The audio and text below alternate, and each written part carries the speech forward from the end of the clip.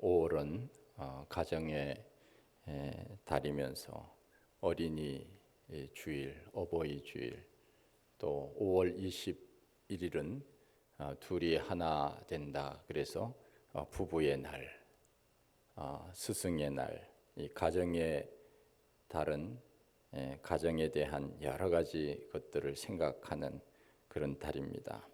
오늘은 가정의 달을 지내면서 아브라함의 가정에 대해서 함께 말씀을 나누고자 합니다.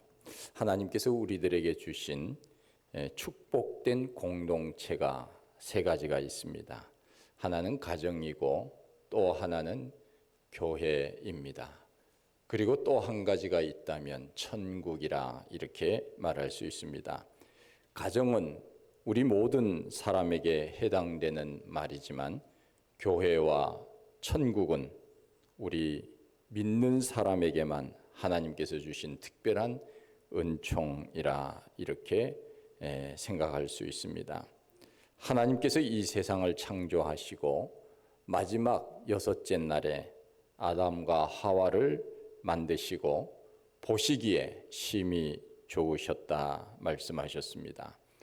남자와 여자가 만나서 가정을 이루어 산다고 하는 것은 하나님 보시기에 심히 좋은 일입니다. 하나님께서는 그 가정을 통해서 영광을 받으시기를 원하십니다. 그런데 요즘 보면은 남자, 여자만 있는 것이 아닙니다. 중성도 있다고 합니다. 동성연애자도 있습니다. 우리나라도 지금 그런 현상이 일어나는데 공중 화장실에 화장실 표시를 남자는 바지 입은 표시로 하고 여자는 치마 입은 표시로 주로 하는데 요즘은 반은 바지 입고 반은 치마 입은 중성적 표시도 있는 화장실도 생겼습니다. 이것은 참 시대가 얼마나 악해져 가고 있는가를 말씀하고 있습니다. 성경적이지 않습니다. 왜냐하면 우리 하나님께서는 우리 사람을 만드실 때 남자와 여자로 만드셨지 그 어떤 다른 것은 만들지 않으셨습니다. 하나님의 창조의 질서에 어긋나기 때문에 우리가 그와 같은 일들을 지향해서는 안 됩니다. 아담과 하와를 창조하시고 하나님께서 보시기에 심히 좋았더라고 하셨는데 그 가정에 문제가 생겼습니다. 아담과 하와가 서로 사랑하지 않아서 생긴 문제가 아닙니다. 그들의 취미가 서로 달라서도 아닙니다. 경제적인 문제가 생겨서도 아닙니다. 아담과 하와의 관계가 문제가 된 것은 바로 죄 때문입니다. 죄를 지으면 가정이 어려워진다는 것을 우리가 압니다. 하나님이 아담을 깊이 잠들게 하신 후에 그의 갈비뼈로 하와를 만들었을 때 아담이 너무 좋아서 이렇게 말합니다. 이는 내 뼈 중에 뼈요 살 중에 살이로다. 이보다 더 큰 사랑의 표현이 어디에 있겠습니까?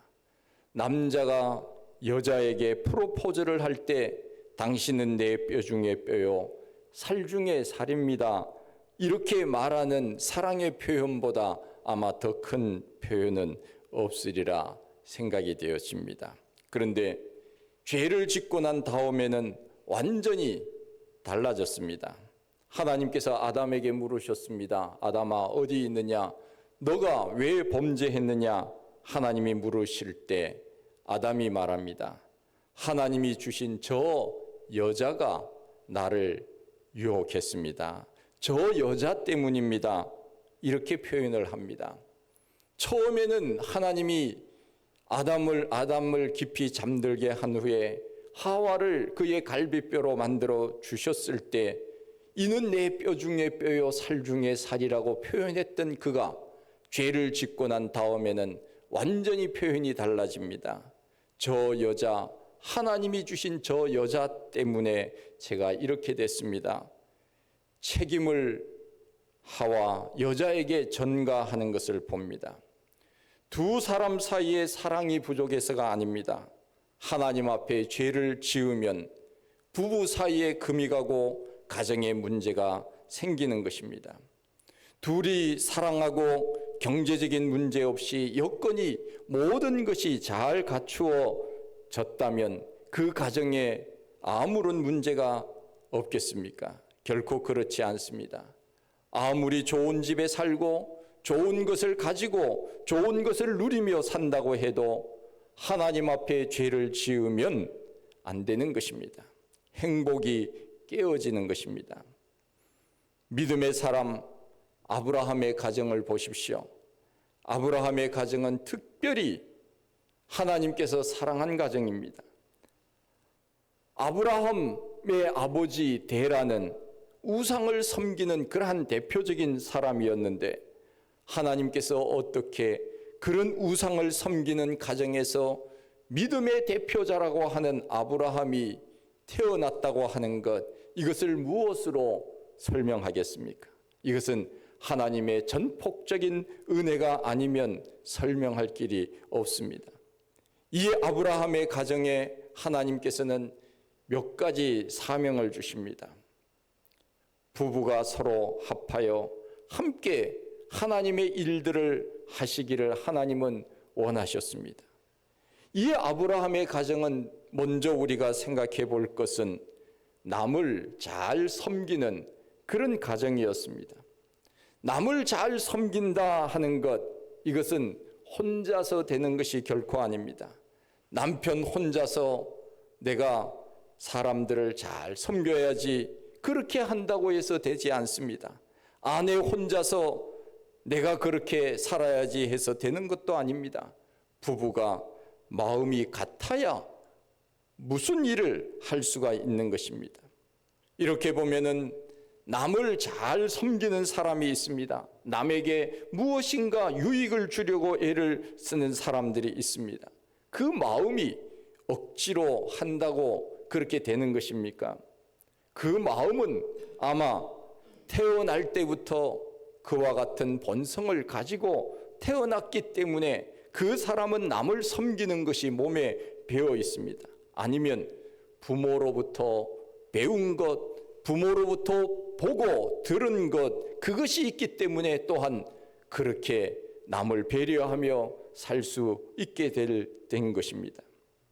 지난주에 친구 목사님이 집에 한번 놀러 오라고 해서 집에 갔습니다. 늘 이렇게 친근하게 이제 대하는 그러한 분이었는데 밥이라도 한 끼 먹자고 해서 갔는데 집에 갔더니 무슨 특별한 것을 차린 것도 아니에요. 그래서 아니 왜 오라 그랬지 하는 생각이 들 정도로 특별히 뭐 차린 것도 없습니다. 그냥 산과 들에서 가져온 그러한 그 이제 봄나물 같은 그런 것 위주였습니다. 그런데 그 집은 사람이 집에 오는 것에 대해서 두려움이 없는 집인 것 같았습니다. 저 같은 경우는 사람을 초대한다고 하면은 몇 날 며칠부터 고민을 합니다. 야, 방 청소를 해야 되겠구나. 무슨 음식을 준비해야 되지. 이렇게 머리가 아파오는데 그런데 그분은 너무 쉽게 손님을 대하는 겁니다. 그냥 처음 오는 손님이든지 자주 오는 손님이든지 그냥 있는 것 가지고 그대로 그냥 나누는 것입니다. 이분은 손님을 대접하는 것이 몸에 배어 있는 것입니다. 메뉴가 특별히 좋은 것이 없어서 잠깐 제가 실망하기는 했지만은 참 얼마나 고마운지 몰랐습니다. 야, 친근하게 편안하게 대하는 것, 이것이 참 좋았습니다. 그래서 같이 이제 이야기를 하면서 식사를 나누었는데 식사를 하면서 그분이 자기 교회 어느 권사님을 자랑했습니다. 목사들이 만나면 무슨 얘기 합니까? 목사들 만나면은 교회 얘기, 주로 교회 얘기가 대부분입니다. 교회 중에서도 성도들 이야기, 특별히 성도들 자랑, 이 목사들이 하는 일이 주로 그거거든요. 그렇게 알면 됩니다. 부모가 마치 귀한 자식이 있고 뭐 좀 자랑할 일이 있으면은 다른 사람에게 그렇게 이야기하고 싶은 것처럼 목사들도 마찬가지입니다. 성도들 중에 누가 잘하는 그러한 분들이 계시면은 다른 목사님들에게 자기 교회 성도를 자랑하기를 얼마나 열심히 하는지 몰라요. 목사님들의 마음이 제가 볼 때는 다 비슷비슷하다 하는 생각이 듭니다. 그런데 그 교회 성도 중에 누가 있는데 그 권사님이 계시는데 참 좋은 분이라고 그냥 자랑을 끝없이 하는 거예요. 저도 어디 가서 그런 분이 계시면은 없는 것을 꾸며서 말할 수는 없지만은 있는 그대로 자랑할 수 있으면 저도 얼마든지 그렇게 자랑합니다. 그런데 이 목사님은 이렇게 말하는 것이었습니다. 우리나라 성도 중에 자기 교회 그 권사님에 대해서 이분은 우리나라 교인들 중에 만일 등수를 매긴다고 하면은 이분은 우리나라 최고의 교인 중에 교인이다. 1등 교인이다. 그렇게 이야기를 하더라고요. 그래서 뭐가 그러냐고 제가 물었더니 그분은 예배를 빠져본 적이 없대요. 그리고 토요일이 되면은 혼자 교회에 나와서 교회 청소를 한대요. 누가 뭐 하느냐 뭐 하지 않느냐 그런 거 전혀 신경 쓰지 않고 그냥 자기 할 일을 한답니다. 교회 봉사 도맡아 한답니다. 헌금 생활 잘한답니다. 오늘 여기에 있는 반찬들도 다 그분이 가져온 것이라고 했습니다. 속으로 제가 그런 성도들은 교회 한두 명 다 있지 않겠느냐고 제가 말은 하지 않았지만은 그렇게 자랑하는 모습이 저로서는 참 보기 좋았습니다. 자기 교회 성도가 그렇게 열심히 신앙생활을 하고 목회자를 섬기고 교회를 사랑하는 그 마음이 목사님으로 볼 때는 얼마나 귀하고 기특하게 생각이 되겠습니까? 그것도 하루 이틀이 아니고 수십 년째 그렇게 봉사하고 애를 쓰는 그 모습을 목사님은 자랑스러워하는 것입니다. 남을 섬긴다고 하는 것 결코 쉬운 것이 아닙니다. 이것은 몸에 배어 있어야 되고 또한 이것은 습관이 되어야 그렇게 할 수 있는 것입니다. 하루아침에 되는 일은 아니지요. 성경에서 아브라함이 그랬습니다. 아브라함은 손님을 대접함으로 복을 받은 대표적인 가정이었습니다. 그가 천사들을 대접하지 않았습니까? 천사인 줄 알고 억지로 내가 천사를 대접하면 내가 복을 받겠지 그렇게 생각을 해서 천사를 대접한 것이 아닙니다. 전혀 낯선 사람인데도 불구하고 대접하고 나니까 나중에 보니까 천사들이었습니다. 가정은 하나님께서 주시는 축복을 자기만 누리는 것이 결코 아닙니다. 다른 사람들에게 자비와 긍휼을 베푸는 기관으로 존재해야 되는 것, 이것이 가정이라고 생각이 되어집니다. 이것이 가정이 지녀야 될 덕목이고 우리가 배워야 될 덕목입니다. 아브라함의 가정은 이와 같이 나그네를 잘 대접하는 그런 가정이었습니다. 지나놓고 보면은 우리네 옛 어른들도 그러했습니다.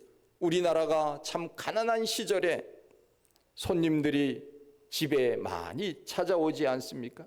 저희 집에도 저는 뭐 어렸을 때 잘 모르지만은 지금 생각해 보면은 그야말로 작은 집에 가족들이 많이 있어서 그냥 늘 북적거리면서 그렇게 살았지요. 그런데 우리보다 더 시골에 있는 분, 친척, 누가 학생인데 자기 자녀인데 학교를 보내야 되는데 있을 곳이 없다고 그 좁은 집에 좀 같이 살게 해달라고 그래서 그 고등학생인가 지금도 생각이 나는데 우리 집에서 같이 살았던 기억이 있습니다. 지금은 그렇게 아마 못할 겁니다. 그때는 그냥 시대가 그랬으니까 그냥 그렇게 다들 살았습니다. 사랑방은 의례 손님 대접하는 여간방 역할을 했습니다. 난 모르는 나그네도 머물러 갈 수 있도록 그런 여유 있는 마음으로 우리네 조상들은 그렇게 남을 섬겼습니다. 그래서 멀리 가는 길손들도 어느 정도 쉬고 갈 수 있었습니다. 교회도 그렇게 해야 됩니다. 교회도 마찬가지입니다. 교회도 우리가 받은 복을 자꾸 흘려보내야 됩니다. 교회는 물론 재정이 풍성해야 됩니다. 재정이 많아야 더 섬길 수 있는 확률은 높아집니다. 교회가 살림을 하는 데 있어서 필요한 것, 그 이상의 예산이 되면 모든 예산들은 다 흘려보내야 됩니다. 이웃을 위하여 선교사를 돕고 지역사회를 돕고 어려운 교회를 섬기고 교회가 해야 할 일들이 얼마나 많이 있는지 모릅니다. 대부분의 한국 교회가 85% 정도가 100명 미만의 교회라고 하는데 그 중에서도 50명 미만의 교회는 그야말로 재정 자립도가 사실 굉장히 어렵습니다. 남을 섬기고 싶어도 잘 섬기지 못합니다. 마음은 있지만은 그렇게 잘 되지 않지요.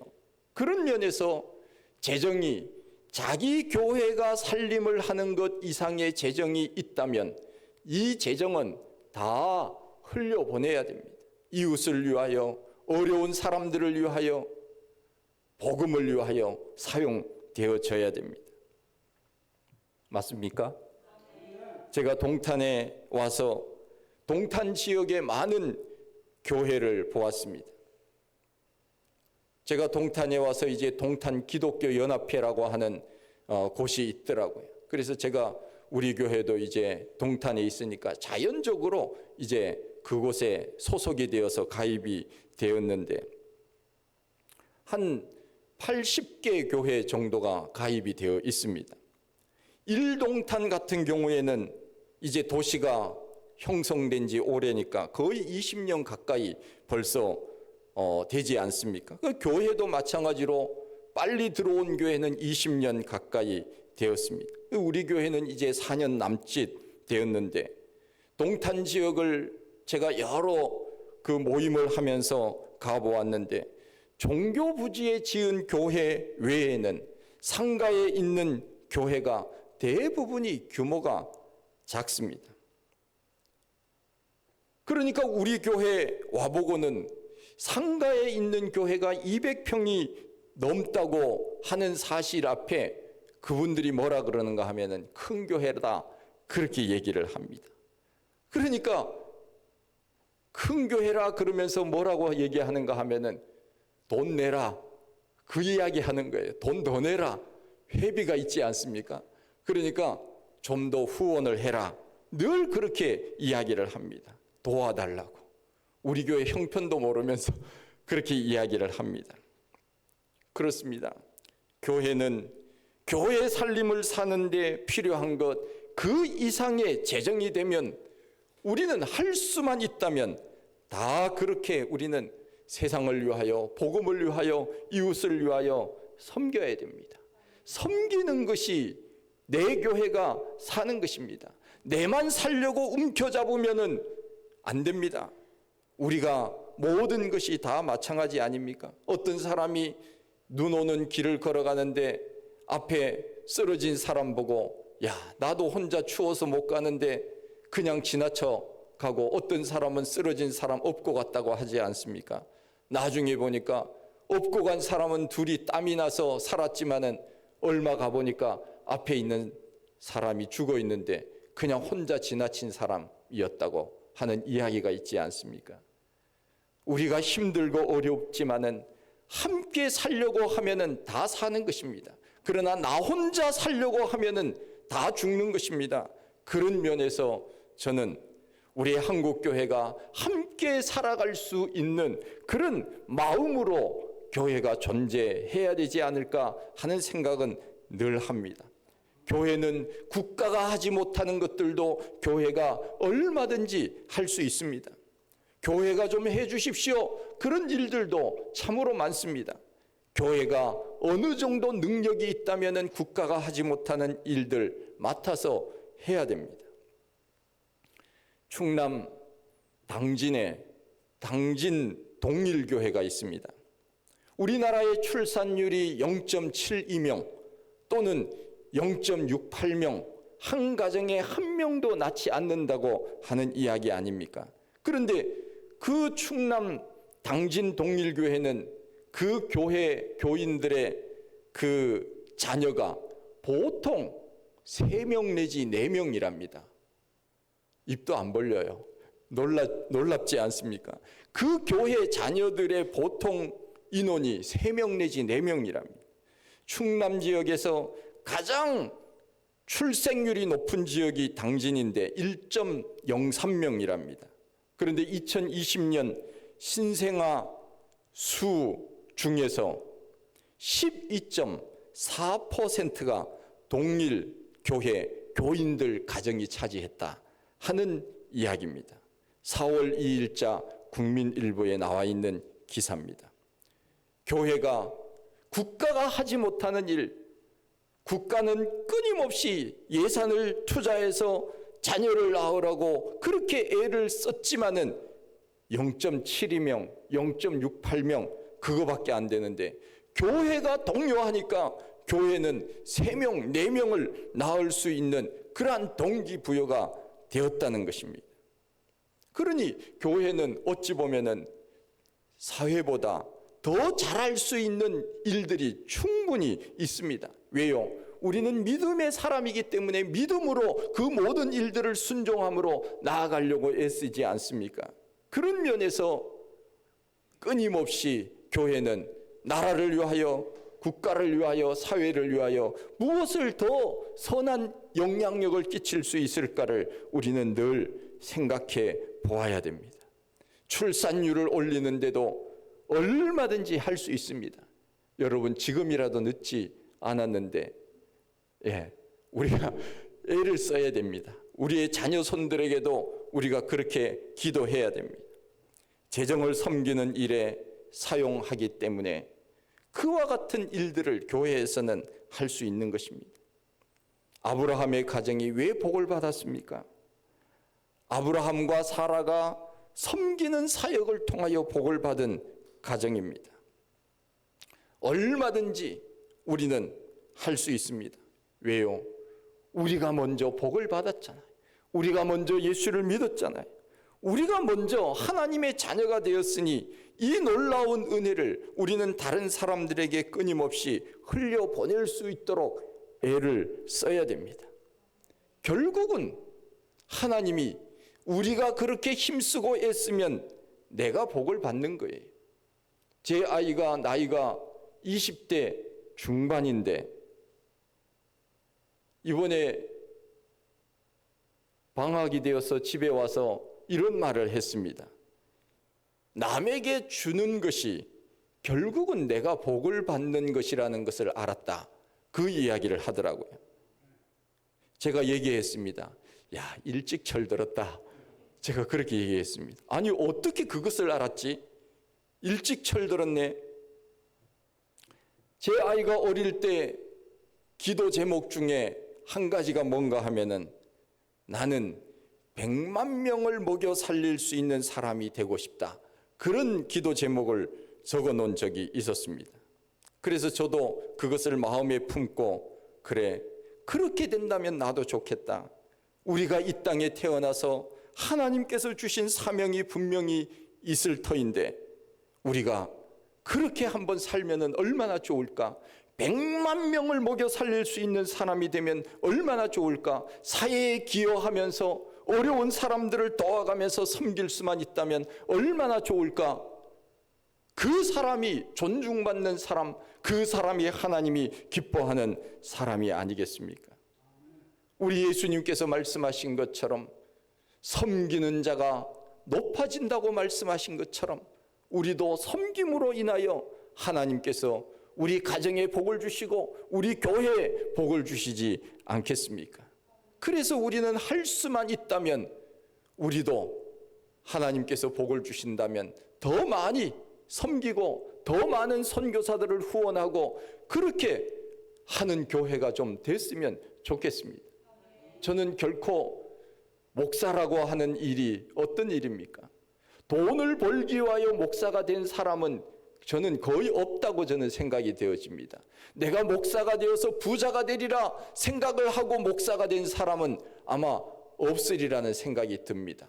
그러나 목회를 하면서 교회가 부흥하고 대형 교회가 되면 그런 분들은 또 열심히 자기 나름대로 최선을 다했으니 하나님께서 또 그와 같은 이 세상에서 복도 주시겠지만 처음부터 내가 부자가 되어서 돈을 벌리라 하는 목사는 아마 없을 겁니다. 그러기에 교회는 하나님이 우리들에게 주신 사명을 감당하면 그것이 하나님께서 복을 주시는 길이 아니겠습니까?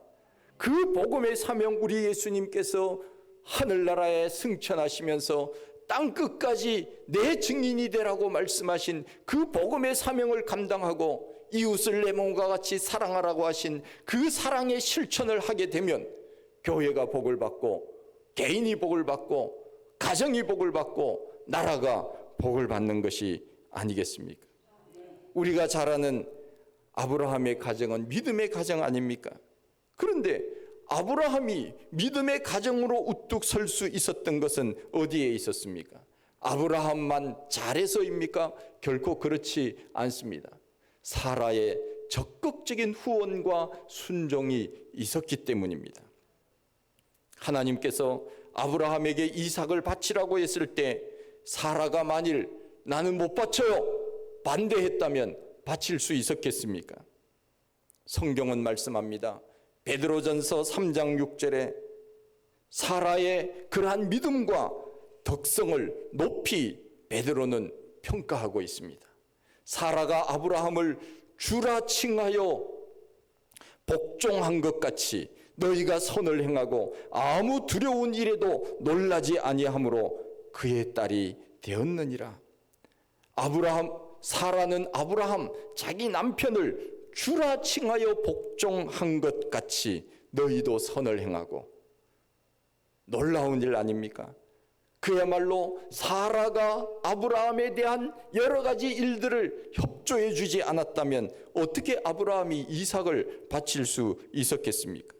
아브라함이 기근을 피하여 애굽에 간 적이 있습니다. 그때 아브라함이 얼마나 비겁했습니까? 그 아내 사라에게 사람들이 나를 만나면 당신은 내 아내라고 이야기하지 말고 내 누이라고 이야기해라. 당신은 아리따운 여인이니 사람들이 나를 죽이고 당신을 빼앗아 갈는지 모르니까 내 아내라고 하지 말라. 이 얼마나 남자가 이래서 되겠습니까? 자기 아내를 누이라고 하고 다른 사람이 빼앗아 갈까봐 거짓말 시키는 그런 남편이 어디 있습니까? 그래야 내 목숨이 보존하겠노라. 이 비겁한 아브라함의 모습을 봅니다. 그런데 사라는 그대로 순종합니다. 요즘 같으면 아마 난리가 났을는지도 모릅니다. 무슨 얘기하느냐고. 남자가 사내 대장부가 어떻게 그렇게 비겁할 수 있느냐고 그렇게 말할 수 있지 않겠습니까? 그러나 사라는 순종합니다. 사라의 결정적 순종의 절정은 이삭을 바칠 때입니다. 사라에게 있어서 이삭은 금덩어리보다 더 귀한 아들입니다. 90살에 얻은 금지 오겹과 같은 아들 아닙니까? 그런데 하나님이 바치라고 하시는데 아브라함에게 바쳐라. 아브라함에게 이야기했습니다. 아브라함이 이삭을 제물로 데리고 모리아 산으로 향할 때 생각해 보십시오. 아브라함은 이삭을 바쳐도 자기 아들 하나가 더 있습니다. 이스마엘이 더 있지 않습니까? 그러나 사라에게는 이삭 외에는 아들이 없는 것입니다. 그런데 어떻게 사라가 고분고분하면서 순종할 수 있었겠습니까? 나는 못합니다. 그렇게 말할 수도 있지만은 그러나 사라를 보십시오. 모든 것을 다 믿었습니다. 하나님을 믿었고 아브라함을 믿었고 또한 하나님의 약속 가운데 있는 아들 이삭을 믿었습니다. 사라의 순종이 없었더라면 아브라함의 오늘날 믿음의 조상이라고 말할 수 있었겠습니까? 성경은 오늘 본문에서 말씀하고 있습니다. 이제야 비로소 너가 나를 사랑하는 줄 내가 알았노라. 이것은 무엇을 의미합니까? 사라의 협조가 없이, 사라의 순종이 없이 아브라함은 혼자 믿음의 거목으로 우뚝 설 수는 없었을 것이라 하는 그 말입니다.